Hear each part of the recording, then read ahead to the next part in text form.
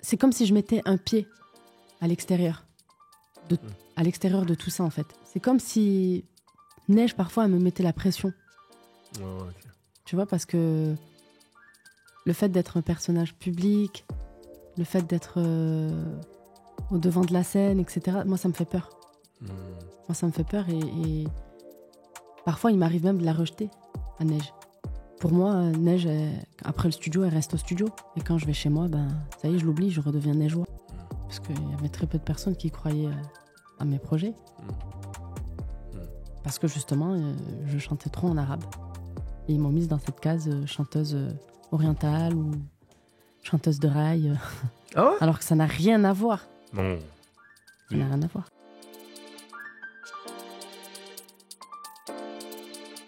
Neige, ça va? Ça va et toi? Ça va. Merci d'avoir accepté cette interview. Mais c'est avec plaisir. On va parler pendant un petit moment, je pense. Go. Go. Ouais, j'ai bu un café, là, c'est cool. Ah, c'est bon, là t'es revigoré. Parce qu'il faut savoir, parce que les gens, ils savent pas les coulisses, mais la promo, on court un peu partout, etc. C'est de la bonne fatigue. C'est de la bonne fatigue? Ouais, good vibes, toujours. Ok, on se met un petit son, et après on en parle, avant de commencer. Tu m'aimes comme ça. Viens, je te donne mes larmes. Viens, je te donne mon âme. Viens, je te donne mes failles. Tu m'aimes comme ça, ouais, tu m'aimes comme ça. Viens, je te donne mes larmes. Viens, je te donne mon âme. Tu m'aimes comme ça, de toute façon tu m'aimes comme ça. Tu ne sais pas tout de moi, je peux te surprendre. Moi je ne fais que dire ce que tu veux entendre. Je me suis laissée aller. Ah non mais je vois ça. Non mais ça sent que tu maîtrises vraiment tes textes en tout cas pour le coup, vraiment. Pas tout le temps, hein, franchement, ah ouais, je vais pas te mentir, pas tout le temps. Donc là c'est parce que c'est un de tes favoris que... Il est récent surtout. Oh, ok, d'accord. D'ailleurs c'est un album que t'as mis combien de temps à faire, Athéna? J'ai dû mettre peut-être entre 2 et 3 mois. Et comment est-ce que tu te sens là, à quelques gros jours de la sortie de l'album? J'ai un petit peu d'appréhension parce que tu as toujours peur quand tu finis un projet et quand tu sais que tu dois l'offrir au public, tu as peur de... Tu te dis, est-ce qu'il va plaire? Est-ce que les gens vont le comprendre? Donc ouais, une petite peur, mais aussi une grande excitation parce que c'est mon petit bébé, j'en suis fière, j'ai travaillé énormément dessus. Donc, De toute façon, on va parler de tout ça. C'est vrai que nous, sur Rapid, ça fait un petit moment qu'on te suit maintenant. Je crois qu'on t'a découvert... Est-ce que c'était pas en 2016 ou 2015? Peut-être... Je crois que c'était peut-être avec un remix de Validé, quelque chose comme ça, il me semble, à l'époque. Donc, on a vu ton évolution de single en single. Après, tu as dévoilé ton visage en 2019, si je ne me trompe pas. Ouais. Est-ce que tu peux nous dire quel était le déclic pour te dire, là, je dévoile mon visage? La question qui revient à chaque fois. Cette fameuse question. Écoute, c'est simplement qu'à un moment donné, je me suis mise à la place des gens et je me suis dit, il serait temps de mettre un visage sur ma voix et voilà, il faut s'accepter tel que l'on est. Tu sais, quand on est exposé, on a souvent peur parce que les gens, ils sont pas très gentils sur les réseaux. Twitter. Et ouais. Et voilà, et puis à un moment, je me suis dit, écoute, je suis comme je suis, voilà, c'est tout, il faut aller de l'avant et c'est tout. Tu as connu un succès très important avec le titre Paro, sorti en 2021. Est-ce que tu penses que si tu n'avais pas dévoilé ton visage, le titre Paro aurait eu le même succès ou c'est pas lié, sachant que le titre vient de TikTok, il y a une trend TikTok aussi qui est montée? Franchement, mystère et boule de gomme. Je ne saurais pas répondre à cette question. J'en ai aucune idée. Peut-être qu'il aurait marché, peut-être pas, je sais pas. Ça joue à quoi le tournant d'une carrière pour un artiste? Parce qu'en fait, ce qu'on ne sait pas, c'est que peut-être qu'il y a des gens qui vont te découvrir via cette interview, il y a des gens qui te connaissent depuis 2, 3, 4, 5 ans.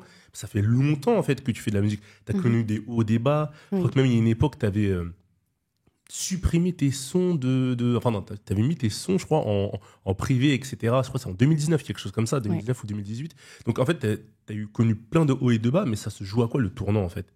Il y a Paro qui sort, c'est vrai, mais à quoi ça se joue? Comment tu l'expliques? Pour moi, je pense que c'était... Il y a un moment donné où je me suis dit, c'est soit on y va, soit on arrête complètement. Je ne peux pas m'amuser à venir quelque temps et repartir. C'est pas cool pour le public. Et même pour moi, ça me fait passer pour une nana instable. J'ai eu des hauts et des bas, certes, mais il y a un moment donné où je me suis dit, là, c'est la dernière ligne droite. Il faut travailler, c'est dur. J'ai eu des coups bas, comme tout le monde. On n'a rien sans rien dans la vie. Le travail bat le talent et j'y suis allée et j'ai redoublé d'efforts et puis voilà. C'est fort ce que tu dis, le travail bat le talent. C'est-à-dire que le talent ne suffit pas. Il y a beaucoup de sportifs qui disent ça. Non. C'est-à-dire que tu as beau être la personne la plus talentueuse de base, avoir une belle voix, avoir des belles mélodies, si t'es pas force de proposition, si tu lâches pas, en fait. Ça suffit pas. Aujourd'hui, il y a beaucoup d'artistes. Tous les vendredis, il y a une sortie Spotify. Il y a des nouveaux artistes. Avec les réseaux, en plus, ça va tellement vite, donc tu peux vite passer à la trappe. Ça va trop vite, la musique, aujourd'hui. Mais toi, quand tu vois le succès de ton titre, Paro, ça fait déjà un petit moment maintenant, parce que 2 ans, c'est plus ou moins long, ça. Enfin, tellement le temps passe vite maintenant, je sais pas si c'est plus ou moins long. Mais quand tu vois ce succès-là, quand il arrive, il te fait peur ou tu te dis, enfin, j'ai ma chance? Un peu les deux. Je me dis, enfin, on m'écoute. Et ça me fait peur. Moi, j'ai toujours eu peur de l'exposition. C'est pas ça, on va en parler. Le monde, le fait d'être une personne publique, tu sais, c'est quand même flippant. C'est flippant encore plus quand t'es une femme, tu vois. Surtout quand t'as des petits complexes. C'est ça, moi, qui me fait peur. Et justement, t'arrives à le gérer, cette notoriété? À la gérer plutôt, cette notoriété naissante?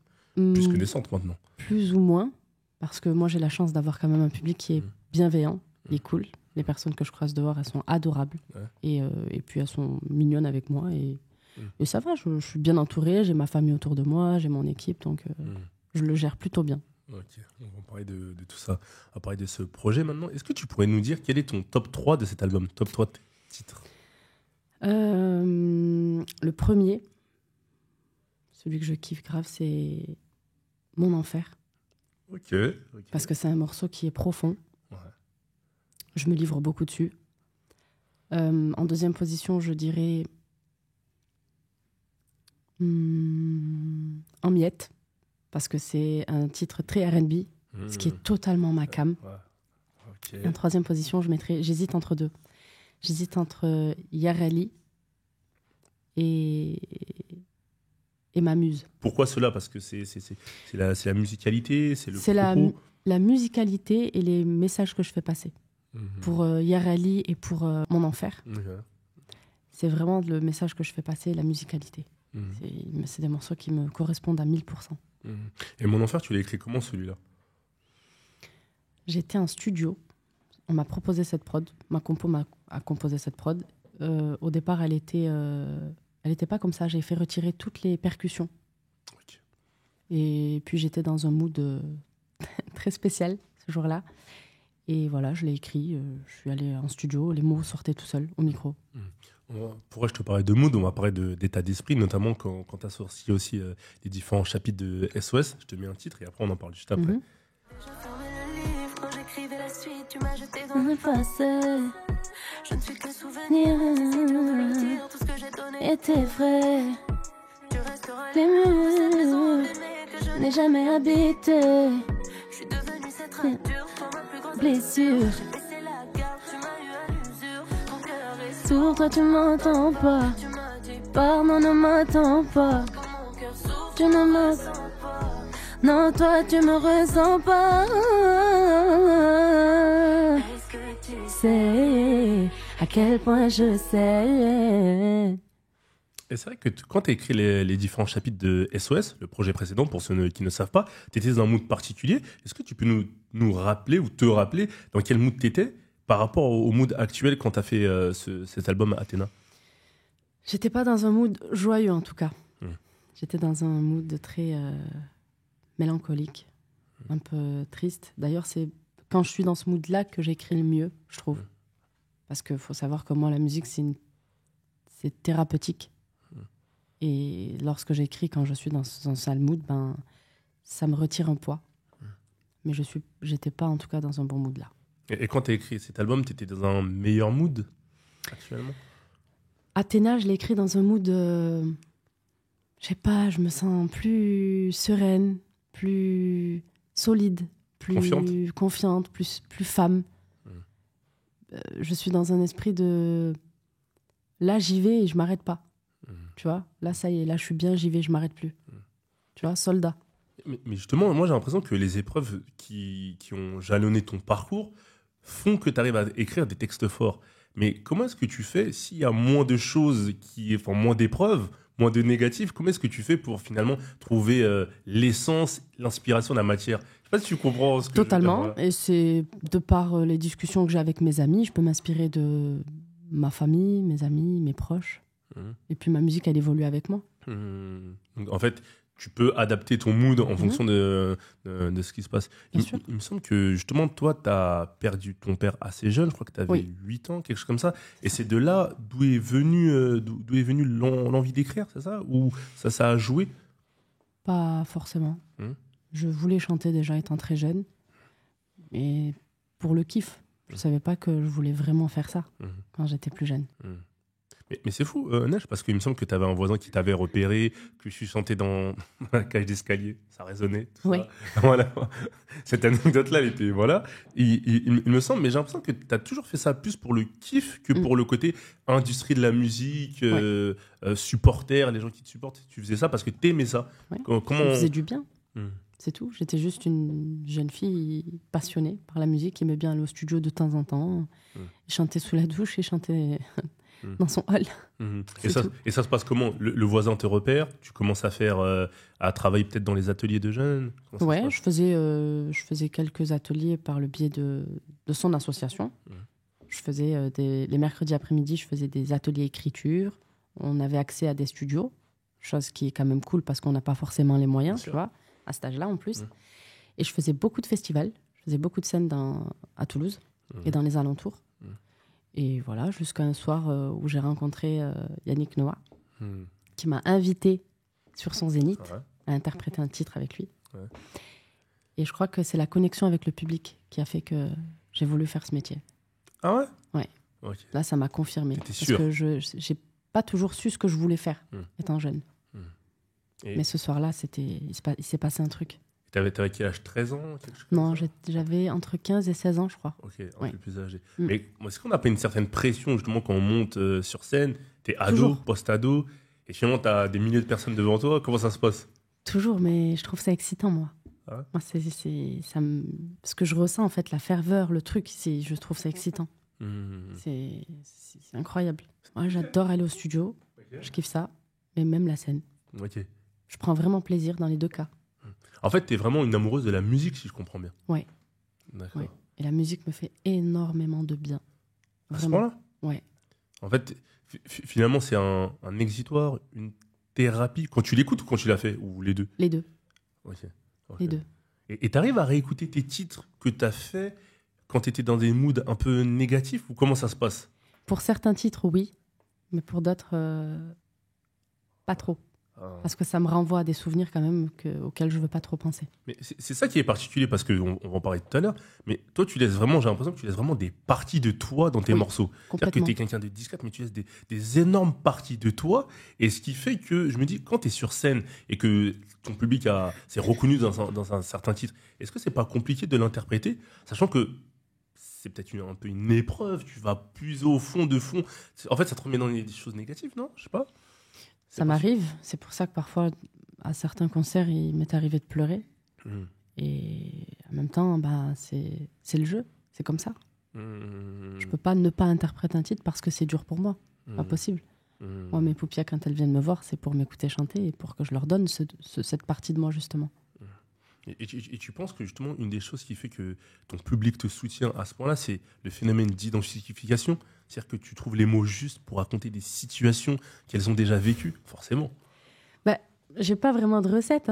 Finalement, je donne... je suis sincère à 1000% dans ce que je fais, dans ce que j'écris, dans mes titres. Et je pense qu'elles ont plus ou moins vécu ce genre d'histoire. Donc elles s'identifient. T'as déjà eu des anecdotes comme ça de supportrices qui t'ont dit, ou de supporters aussi, peut-être une genre de masculine aussi qui t'écoute, qui t'ont dit je me suis reconnu dans ça m'a rappelé ça, des choses fortes qui te viennent à l'esprit? Énormément. Et moi, ça me touche. Et quand j'en vois dans mon public qu'elles se mettent à pleurer, j'ai des frissons carrément. Ça me met la pression, moi. Donc il peut y avoir des personnes de ton public qui pleurent en interprétant certains titres? Ouais, c'est de la folie. Je reçois parfois aussi des remerciements, des personnes qui me disent merci, je suis sortie de telle situation grâce à toi. C'est fort. C'est fort. Mais oui, parce que finalement, comme on dit, c'est pas que de la musique. Non. Ça va plus loin que ça. Ça va plus loin que ça, bien sûr. Et quels sont les titres qui marquent le plus émotionnellement ton public? Si tu devais prendre du recul comme ça, les 2-3 titres, peu importe que ce soit sur Athéna, parce qu'il y a une dernière fois qui est sortie, mais mise à même sur les... Ouais, il y a dernière fois. dernière fois. Il y a Poupia, Ma Colombe. Poupia, c'est à l'époque d'Enchanté. Ma Ouais, Colombe, premier chapitre album. 1. Ouais, Chapitre 1, exactement. c'est ça, Ouais.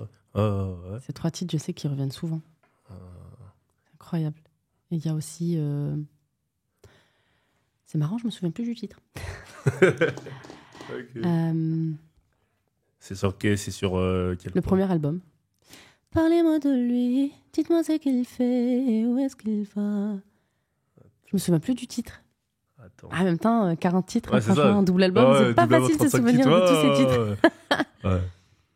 En tout Je me cas, souviens pas. toujours des morceaux forts où les gens peuvent s'identifier. S'identifier, ouais, D'accord. très souvent. Et là, en tout cas, quand tu fais cet album-là, tu es dans un état d'esprit, comme tu dis, plus confiant, plus sereine. J'ai l'impression d'être plus femme. Ah ouais? Ouais. Ouais. Je suis plus sereine, ouais. Moi, quand je le réécoute, mon album, j'ai l'air plus sereine.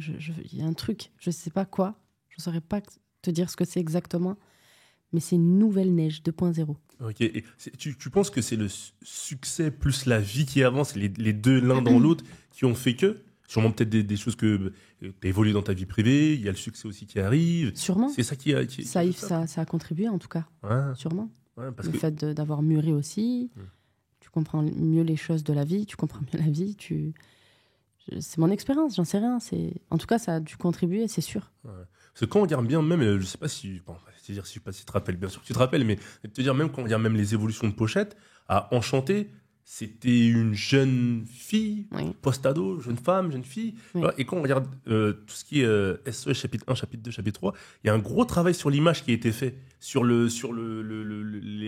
la prestance, l'esthétique, etc. C'était quelque chose qui était voulu, qu'on sente aussi cette cassure. Mais bien sûr. C'est normal pour moi, il faut qu'ils voient l'évolution. C'est ça que je veux montrer. Et en plus, tu étais passé d'un album 35 titres, il me semble, le double. Ouais. 35 ou 40 titres, il me semble. 35, et ensuite, à la réédition, j'en ai fait 5 ça. en plus. Et après, on arrive sur les chapitres où tu es beaucoup plus dans des formats concis. Comment t'expliques ce switch-là? C'était... Pourquoi? Parce que t'as l'impression que c'était trop lourd à porter, envoyer trop de titres, c'est quoi? Faut savoir que la musique, déjà, elle se consomme très vite aujourd'hui. Et moi, j'avais envie de faire un truc peut-être plus condensé, histoire que les gens le savourent réellement.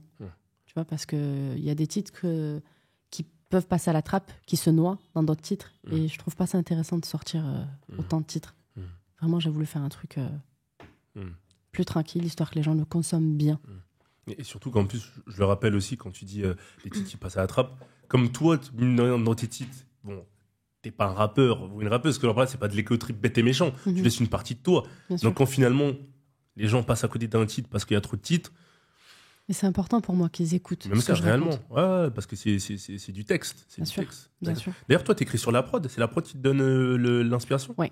Ok. Donc, sans prod, t'as pas des textes de côté Si, ça m'est déjà arrivé d'écrire sans prod.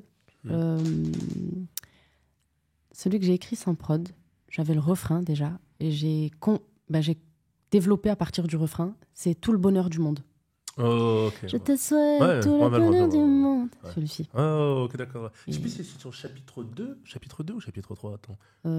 3, il me semble. 3. Ouais. Non, je sais. Oui, non, c'est le 3. Je suis pas sûre. 2 ou 3, je sais plus. Ok, d'accord. Attends. C'est 3. C'est le 3 Ouais. Mais 3. Dans mes favoris, c'est pour ça. Donc, je juste en plus. Ça fait grave plaisir. Ça. Non, c'est cool. du hasard, mais je te jure que c'est vrai, en plus. Et là, on va parler d'un invité de cet album, Athéna. Parce que là, on fait des switches enchantés, les chapitres, etc. Je te le mets et après, on en parle. Hop là.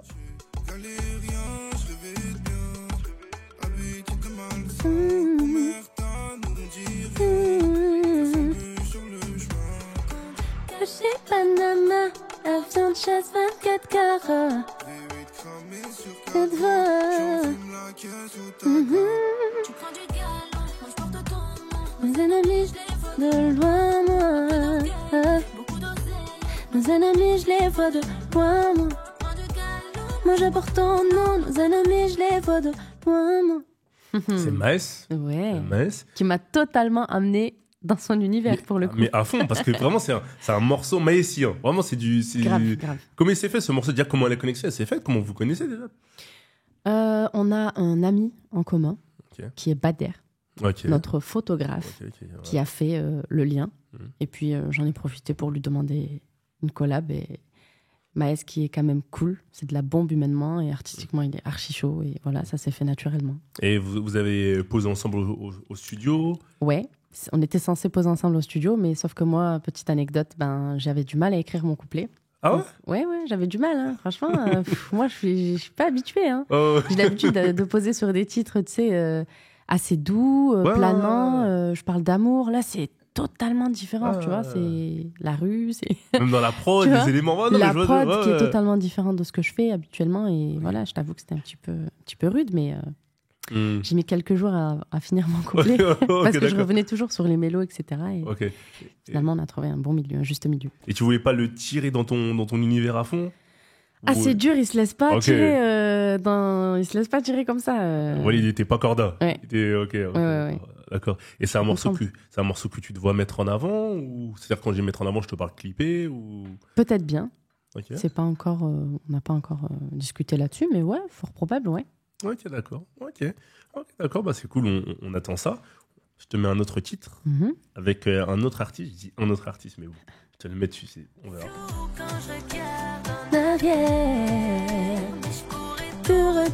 Tout recommencer. Courte, chaque jour nous le rappelle. Tout recommencer. Porter, je veux les toucher. Toutes ces années où je me suis cherchée au pied des murs de ma cité. Ça vaut pas le coup, mais je sais pas, je voulais trop essayer. Alors je suis allée les chercher. Le vide résonne dans la salle, y avait personne, je chantais dans le noir. Tu sais, j'en ai versé des larmes, et pour beaucoup ce n'est qu'un détail. Zéro bagage. J'avais trop envie de continuer là. Tu peux continuer. À cap. Franchement, c'est un des titres forts de ce projet, là où est-ce que tu te livres aussi. Comparé à Mon Enfer, là, on va dire, on est plus dans tu te livres un peu sur ton parcours. Mon parcours, ouais. Ton parcours. C'est vrai que t'es originaire de Toulouse, comme Big Flo Oli. Est-ce que tu peux nous dire, comment est-ce que vous vous connaissez? Je vais la raconter, cette anecdote, comme dans toutes mes interviews, je la raconte tout le temps. Il faut savoir que Big Flo et Oli, j'ai perdu un concours face à eux quand j'étais jeune. Ok.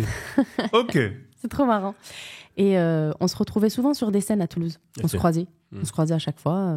Voilà. Et puis, quand on s'est revus, on s'est dit pourquoi ne pas faire un titre ensemble dans lequel on va raconter justement cette anecdote et notre parcours. Mais c'est vrai que toi, tu chantais, eux rappaient déjà. Ouais. Donc, vous avez mis en compétition. C'était déjà quelque chose à cette époque. Hein. Franchement, ils avaient une force sur la scène. Ils sont terribles. Ils sont incroyables. C'est vrai qu'ils occupent bien l'espace. En plus, c'est des gros passionnés aussi. Mais grave. Qui n'ont pas lâché. Ça vient de loin. En fait, ça fait vraiment plaisir de les voir là où ils en sont aujourd'hui. Ça me fait vraiment... Je suis tellement heureuse pour eux. Vraiment. Parce que humainement, en plus, c'est des bonnes personnes. C'est vraiment des bons gars. Mais c'est fou quand même, parce que vous vous retrouvez dans un concours musical. Toi, tu chantes, eux, ils rappent. Ouais. Donc, t'es... J'étais avec des rappeurs de ma ville. Non, attention. Je ne sais pas rapper, d'accord? Je chantais et j'accompagnais des rappeurs. Ok, d'accord. Et ils sont passés juste après moi. Et j'ai perdu. On sent que tu l'as pas oublié. Non, mais sans rancune, franchement. Ouais, sans rancune. Non, je te jure, je suis contente pour eux. Arrête de me faire passer pour une aineuse, toi. Ouais, sans rancune de la voix comme ça. Sans rancune, hein, je vais boire de l'eau. Non, je suis contente pour eux. Franchement, ils sont incroyables. Mais c'est incroyable aussi que vous vous retrouviez finalement dans une carrière musicale professionnelle et tous les deux, enfin les deux entités, vous avez fait votre bonhomme de chemin en fait, en parallèle. En plus, il faut savoir que toi, tu viens de Toulouse. Quand tu arrives sur Paris, quel était le déclic de te dire je vais sur Paris? Pourquoi? Bonne question. Parce que pas facile, mine de rien. Tu laisses ta famille, tu laisses peut-être tes sœurs aussi. Ouais. J'ai laissé tout le monde. Il y avait ma grande sœur qui était sur Paris et moi, je suis une aventurière. J'avais envie d'y aller. Je me suis dit peut-être que je me ferais des connexions là-bas pour la musique, etc. Bon, c'était pas facile. Hein. Tu te rappelles de quelques anecdotes au début? Bien sûr que tu peux dire devant une caméra sans être en mode... Je n'ai qu'une seule chose à dire. Ouais. No comment. Ah non. No comment. No comment. J'attendais un vrai truc. Un petit... ouais. Non, mais j'ai fait des rencontres, des bonnes rencontres, comme des mauvaises rencontres. Bien sûr. Voilà, hein, et partout. Hein, tu tombes pas souvent sur les bonnes personnes. Tu tombes pas aussi sur des personnes qui te veulent du bien, etc. Et des charlatans, des gens qui te promettent des choses et ils vont pas jusqu'au bout, etc. Mais ça reste une belle expérience, enrichissante. J'ai appris, j'en suis sortie grandie de cette expérience. Donc c'est cool, il faut retenir que le bon.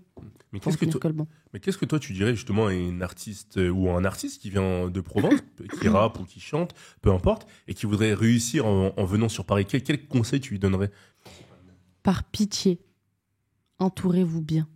Il faut bien s'entourer. Il ne faut pas se lancer comme ça. Parce que les conséquences, ça peut être dramatique. Et on peut briser vos rêves. Parce que quand toi en plus il me semble t'arrives bon, il y a ta sœur qui est là, mais t'arrives un peu seul en ouais. soi. Mais comment est-ce que tu fais pour t'entourer si finalement t'es pas connecté? Tu dois sentir les gens? Franchement, moi je suis quelqu'un qui fonctionne beaucoup au feeling. Donc voilà, je faisais des connexions, des rencontres. Parfois elles étaient bonnes, parfois elles étaient pas bonnes. Ça me servait de leçon, je passe à autre chose. Puis voilà. C'est fou, Neige, parce qu'en fait, t'as l'air de base, en tout cas au début de ta carrière, t'as discrète, réservée, mais pour faire ce que tu fais, ce que t'as fait, venir de Toulouse, faut avoir une certaine confiance en soi, avoir du courage. C'est pas tout le monde qui peut venir avec son baluchon, bon, je monte sur Paris, on y va. Tu vois? Donc, est-ce que t'as ces deux traits de caractère ou c'est que le courage l'a emporté sur la timidité, on va dire? Le courage, la curiosité de voir où ça pouvait me mener et l'envie de vivre et de voir jusqu'où je peux aller. C'est tout. Parce que c'est vrai que sur ton... Mais je suis une sacrée aventurière, moi. Bah oui, j'aime bien l'aventure, moi. Ouais, parce que finalement, c'est pas ridicule. En fait, tu viens de loin. On pourra avoir... Est-ce que t'as pas des fois cette impression je sais pas, hein, quand les gens qui t'entourent, les gens qui te découvrent, tu dis, ah ouais, Neige, parce qu'en fait, Neige, c'est pas Paro 2021. Non. C'est tous les singles, tout le charbon, c'est 2015. Le charbon, c'est le bon mot. Ouais, c'est tout le charbon, ouais. C'était pas mal de reprises et très peu de titres à moi. Et justement, le fait de faire des reprises aussi, ça t'a permis de mettre un peu des coups de projecteur sur toi et montrer que tu étais capable d'eux. C'est ça aussi qui donne de la confiance au début. Quand il n'y a pas forcément l'audience, il n'y a peut-être pas l'argent. Ah, c'est dur, hein. Franchement, c'est dur, hein. Quand il n'y a pas l'audience et tout, tu te décourages.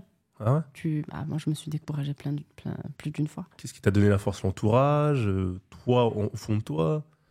Mon entourage, mon équipe et mon public. Mais quand t'as pas de public au début, il faut avoir une vraie confiance en soi. Le peu de base fans que t'as. Ouais. Un commentaire, tu likes, c'est ça? Ouais. Ok. Un message. Ouais. Des messages, beaucoup de messages sur Insta, sur les réseaux. Tu peux pas nous faire ça. Reviens, Neige, etc. Je pouvais pas. Je pouvais pas ne pas revenir. En fait, c'est dingue ce que tu dis, Neige, parce qu'on se rend compte que au-delà du côté industrie musicale, revenu, tout ce que tu veux, succès, trend, tout ce que tu veux, c'est l'interaction humaine finalement qui fait que tu peux tenir quand il n'y a pas grand-chose, si je te suis bien. Oui, parce que c'est ça qui me fait vibrer, moi. C'est ce truc-là que je fais ressentir. C'est ça qui me touche particulièrement. C'est ce que je fais ressentir à mon public. Neige, t'arrives là, par exemple, avec Athéna. Est-ce qu'il y a peut-être ce stress? Tout à l'heure, tu disais que t'es un peu stressé parce que c'est un peu ton bébé que tu livres. Toujours. Mais est-ce qu'il y a la peur de se dire c'est trop beau, peut-être que ça va redescendre ou il y aura moins peut-être de retour? Est-ce que tu as cette anxiété-là ou pas du tout? Non. Parce que tu sais, moi je suis quelqu'un qui... Je sais que ça, c'est cool aujourd'hui, mais je sais qu'il y a une fin aussi. Et c'est la vie, c'est comme ça. Okay. Il y a une fin dans tout et je l'accepte. C'est tout. Aujourd'hui, ça marche. Je remplis des salles aujourd'hui. On m'écoute, on apprécie ce que je fais. Mais je sais qu'un jour, ça peut ne plus parler. Et je l'accepte. J'ai l'impression que tu as un côté très terre-à-terre pragmatique. Oui. Très, très réaliste. C'est comme si je mettais un pied à l'extérieur. À l'extérieur de tout ça, en fait. Je sais, pour que tu comprennes, c'est comme si Neige, parfois, elle me mettait la pression. Okay. Tu vois, parce que le fait d'être un personnage public, le fait d'être au devant de la scène, etc., moi, ça me fait peur. Moi, ça me fait peur et Parfois, il m'arrive même de la rejeter à Neige. Comment ça s'illustre ça quand tu rejettes Neige? Ben, pour moi, Neige, après le studio, elle reste au studio. Et quand je vais chez moi, ben, ça y est, je l'oublie, je redeviens neigeois. Tu vois, je sais pas comment t'expliquer. J'ai l'impression de la rejeter parfois. En fait, tu dissocies les deux choses. Ouais. D'où l'intérêt que bien sûr, on va en parler tout à l'heure aussi, mais j'ai l'impression que tu mets une espèce de gros filtre autour de ta vie privée, comme si c'était un peu ton cocon et ta base qui crée l'équilibre. Parce que s'il n'y a pas ça, bah ça... Ça me fait peur. J'ai peur. Mais qu'est-ce qui te fait peur dans ça, finalement? Le fait d'être exposé. Mais tu vois, les retours que tu as, c'est plutôt positif. Tu nous dis que ton public aime. C'est quoi? J'ai toujours cette petite crainte. Elle est toujours là, cette petite crainte. La crainte d'attirer du négatif ou des situations dangereuses de parce que tu es exposé? Tout ça. La malveillance des gens. Ça dépasse le cadre des réseaux sociaux, à t'entendre, en fait, finalement. C'est même dans la vraie vie. Dans la vraie vie, bien sûr. Parce que finalement, on ne sait pas s'il y a des personnes, elles viennent pour Neige ou pour Neigeois. Tu vois, moi, ça me fait peur, sincèrement. Comment tu gères justement ça? Parce que tu es quelqu'un de très pragmatique, très réaliste. Mais, comme tu réfléchis beaucoup, tu es très, je pense, cérébral. J'ai l'impression, en tout cas. Oui. Tout du moins. Comment est-ce que tu gères pour... Bon, cette personne la met là, ou... Enfin, comment ça se passe? Surtout que maintenant, tu as de la notoriété et qu'avant, tu n'en avais pas. Et on va en parler dans Athéna, tu en parles un peu. Je ne fais plus de nouveaux amis. Je n'ai plus personne qui rentre dans ma vie. T'as fermé le cercle, ça y est? J'ai fermé le cercle. Obligé? Ouais. Ok. Il n'y a pas de nouveaux amis. Tu peux pas. Trop compliqué maintenant. Je ne fais pas assez confiance. Ouais. J'en ai trop vu. Ah ouais? Ouais, j'en ai trop vu. Ouais. Mais déjà, même à l'époque quand tu faisais les chapitres aussi, il y avait tu montais au fur et à mesure, mais il y avait déjà ces déceptions. Je crois qu'il y a un morceau qui s'appelait Ma Sœur, il me semble. Donc il y avait déjà des déceptions alors qu'il n'y avait pas encore eu le break. Ouais. Donc là, qui plus est, pour toi, c'est totalement impossible. Alors t'imagines maintenant? Mais c'est pour ça que je dis ça. Ouais. Ça me fait encore plus flipper. Parce que j'en ai trop vu, j'ai vu à quel point les gens peuvent être très, très, très, très, très mauvais. Très mauvais. T'as une anecdote en particulier que tu peux dire devant une caméra? Je préfère même pas. Ok. Ça en vaut pas la peine, je te jure. Mais au niveau des featuring, par exemple, là, tu as de nombreux featuring sur ce projet. Il y a Big Loli, il y a Maes, il y a Taïk, il y a Slimane. Il me semble que c'est ça. Il me semble que j'ai fait le tour. Mais est-ce qu'il y a des artistes que tu voulais et que tu n'as pas eu forcément sur ce projet-là parce que vous n'avez pas eu le temps de vous connecter, etc. Ouais. Donc. Moi, j'aurais aimé Aya Nakamura. Ok. Pourquoi ça s'est pas fait? Vous n'êtes pas capté en studio, il n'y a pas eu le temps? Non, ouais, c'était juste niveau timing. C'est une artiste que tu écoutes, Aya, que tu apprécies? Bien sûr. Ok. Bien sûr. C'est compliqué de ne pas apprécier Aya. J'avoue, c'est vrai. C'est dur quand même. Non, franchement, je l'écoute énormément et j'aime bien l'artiste qu'elle est, j'aime son univers. J'aime ce qu'elle représente aussi. C'est juste que là, on n'a pas eu l'occasion de le faire, mais partie remise. Quand tu dis ce qu'elle représente, tu veux dire quoi par là? C'est une femme qui s'assume complètement. Femme forte. Ouais. En fait, ça te parle. Moi, j'adore. Moi, j'accroche. Elle est ce qu'elle est, elle s'en fout, elle se prend pas au sérieux et c'est ça que j'adore.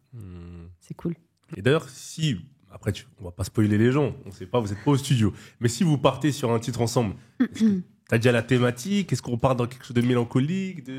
Pas de thématique, du tout. Je suis curieuse de la thématique d'ailleurs. Ouais. Ça va être un grand débat. C'est pour ça que tu disais, vous tendez vers le shine, vers le lumineux ou un peu plus torturé? Enfin, comment ça? Entre les deux, peut-être. Ouais. Je sais pas. Entre les deux. On sait déjà que le pré-ref et le refrain, ça sera en tout cas, ce sera le yin et le yang, c'est sûr. Ok. Le yin et le yang. Ok, d'accord. On suit ça. Mais c'est vrai que depuis le début de ta carrière, j'ai l'impression, Neige, que finalement, tu as fait beaucoup de connexions avec des artistes masculins. Il y a eu Niro, il y a eu YL sur chapitre 1, VG Dream sur chapitre 2, Glitch sur chapitre 3, Redatia Talani sur Enchanté, Naps sur Enchanté aussi, il me semble. Niro, Screed aussi sur Enchanté. Screed, il y avait aussi Zao en artiste féminine. Le Fa. Ouais, Le Fa sur Enchanté aussi. Incroyable. Qu'est-ce que je kiffe ce son. Je m'en rappelle très bien. Ouais, non, il était chaud celui-là. Oui. Beaucoup de connexions avec des artistes masculins, mais en artiste féminine, il y a eu Zao sur son projets, et sur Enchanté aussi. Il y a eu Weshden sur son album, Aya, Partie Remise. Et tu as très peu de connexion avec des artistes féminines. Comment tu expliques ça? Bah, j'en sais rien. C'est juste qu'on n'a pas eu l'occasion. Mais après, j'ai zéro problème avec aucune artiste. Hein. Enfin, c'est juste que c'est juste du timing, je pense. Problème de timing, c'est tout. Vous croisez pas forcément dans aussi, et à chaque fois que je sors un projet, elles sont sur leur projet aussi, donc c'est peut-être pour ça, je pense. D'accord. Ouais, et c'est vrai qu'en tout cas, j'ai l'impression que quand tu fais des featuring avec des artistes masculins, que ça soit des rappeurs ou des chanteurs comme Tyke, finalement les univers se marient assez facilement. Ouais, ça fusionne bien. C'est ça aussi, c'est peut-être, ça je sais pas. Ok, d'accord. Je vais te remettre un autre titre, après on en parle juste après. Oui.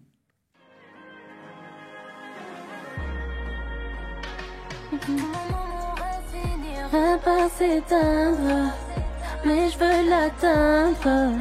Est-ce que ça vaut la peine? Et tu peux monter, tomber, personne te relève. Même si tu sais, est-ce que ça vaut la peine?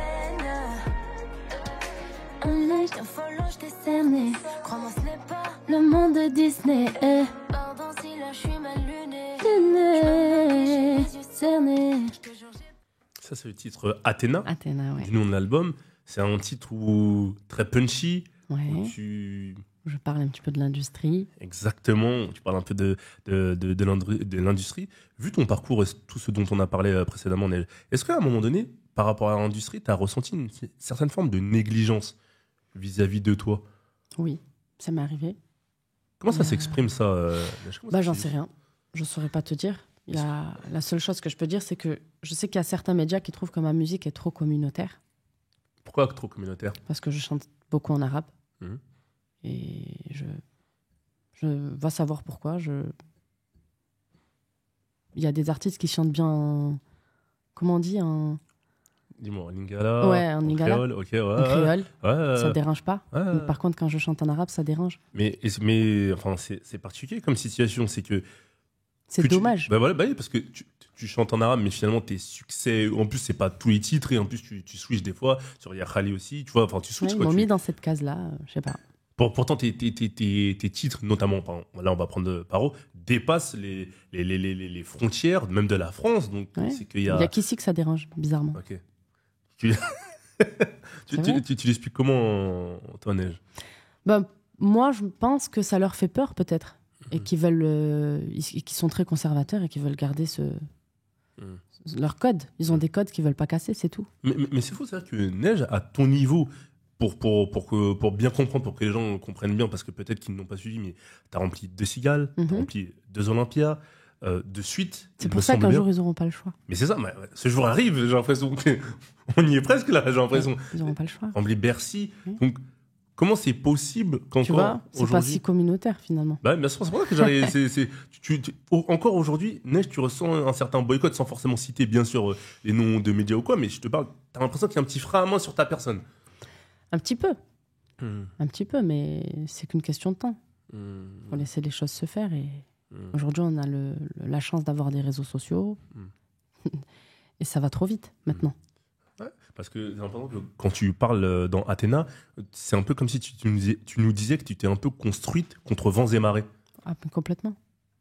Parce qu'il y avait très peu de personnes qui croyaient à mes projets.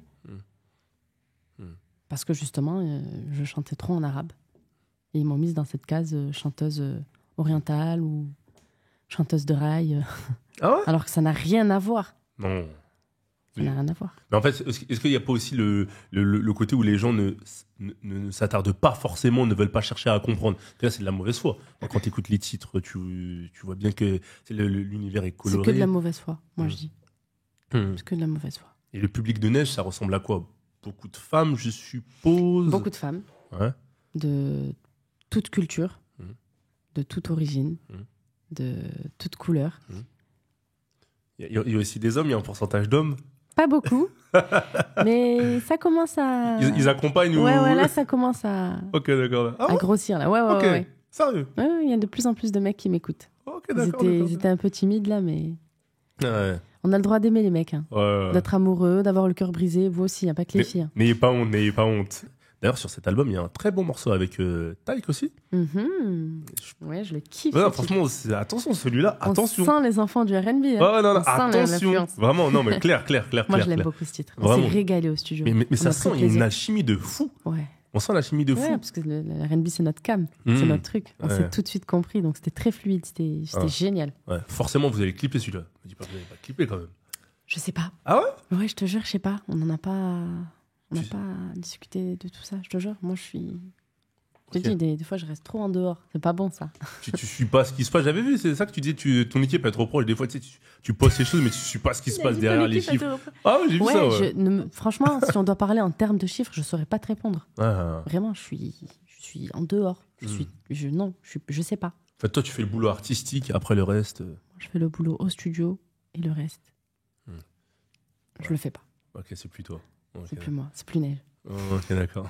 c'est plus Neige. Toujours la dissociation. D'ailleurs, en Bercy, bientôt. Ouais. Prête? Au max. Ouais. Chaud de fou. Franchement, c'est flippant, mais je suis au max. C'est la bonne pression. Qu'est-ce que tu as prévu sur scène? Tu as prévu des choses Beaucoup de surprises. Ouais. Des invités surprises. Un show incroyable. Et venez seulement. Ok. D'ailleurs, je t'invite. Vas-y, mais c'est sûr que je vais venir. C'est sûr. Cool. Ouais, non, faut suivre ça. Mais il me semble qu'il y aura beaucoup d'invités parce que vu tous les featuring que tu as pu faire, les gens avec qui tu t'es entendu et ceux qui t'ont donné la force, etc. Ça va être très sympa. Ouais, ça va être très sympa. Ouais. Okay. Ça va être magique. Ok. J'en doute pas. J'ai envie de voir aussi la scénographie, les jeux de couleurs, les trucs. Mais à mon avis, franchement, ça va être cool. Ok. Cool. On va finir sur un dernier titre. Je te le mets. Un titre assez poignant. On était en froid. J'aurais dû m'arrêter, essayer de te parler, mais je ne voulais pas faire le premier pas. J'en veux à ma fierté, j'aurais dû l'arranger. Aujourd'hui c'est toi, mon plus grand regret. Il n'y aura plus d'autre fois. C'était la dernière fois. Il n'y aura plus d'autre fois. C'était la dernière fois. Comme je disais tout à l'heure, c'est vrai que tu parles beaucoup de relations, tu livres beaucoup d'intime, etc. Parce que c'est fou, j'ai l'impression que peut-être ton public aussi a cette impression de te connaître beaucoup à travers tes textes. On connaît beaucoup de choses de ta vie. Je pense qu'il y a beaucoup de choses qui sont inspirées de ta vie, forcément. Des bonnes choses comme des mauvaises choses. Il y a aussi les interviews qui servent. Mais de l'autre côté, d'en connaître très peu.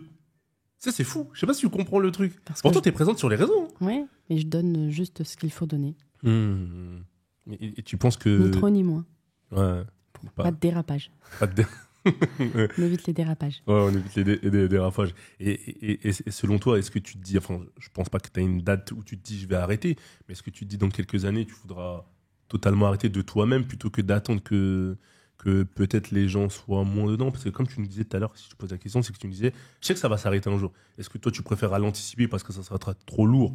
Tu auras peut-être une vie autre. Ouais, ça peut venir de moi ou peut-être que ça peut ne plus marcher aussi. En tout cas, moi, j'accepte.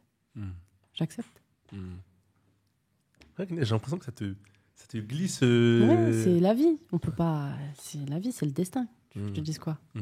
On a notre schéma à nous et ce que Dieu nous prépare, nous réserve. Voilà, c'est tout. Et en plus, vu ton parcours, on voit bien qu'en fait, ça se joue à...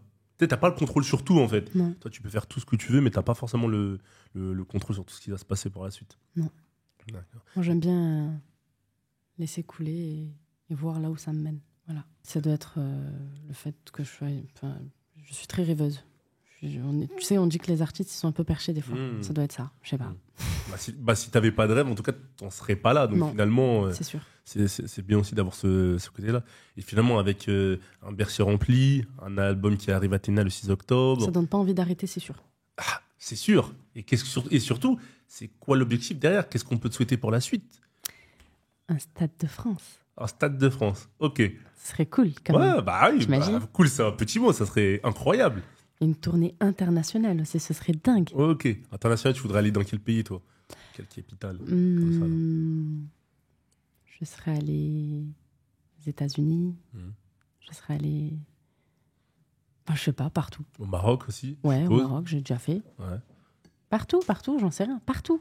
Ouais. Est-ce que peut-être il y a déjà des choses qui sont avancées? Non, il faut travailler encore, je pense. Ok. Il y a du boulot encore, ouais. Il y a du boulot. Il faut travailler. Ouais. Donc, on espère que quand on se revoit, tu remplis le Stade de France. Ça sur le coup en peut-être. Ok. Ok, d'accord. J'aimerais bien en tout cas. D'accord. Et t'as un dernier mot à ajouter, Neige? Eh ben, mes poupias d'amour, je vous aime très fort. J'ai hâte de vous retrouver le 18 décembre à l'Accor Arena. Et merci pour tout l'amour et d'avoir donné vie à mes rêves. Ok, bah merci à toi, Neige. Tout le plaisir est pour moi. Merci.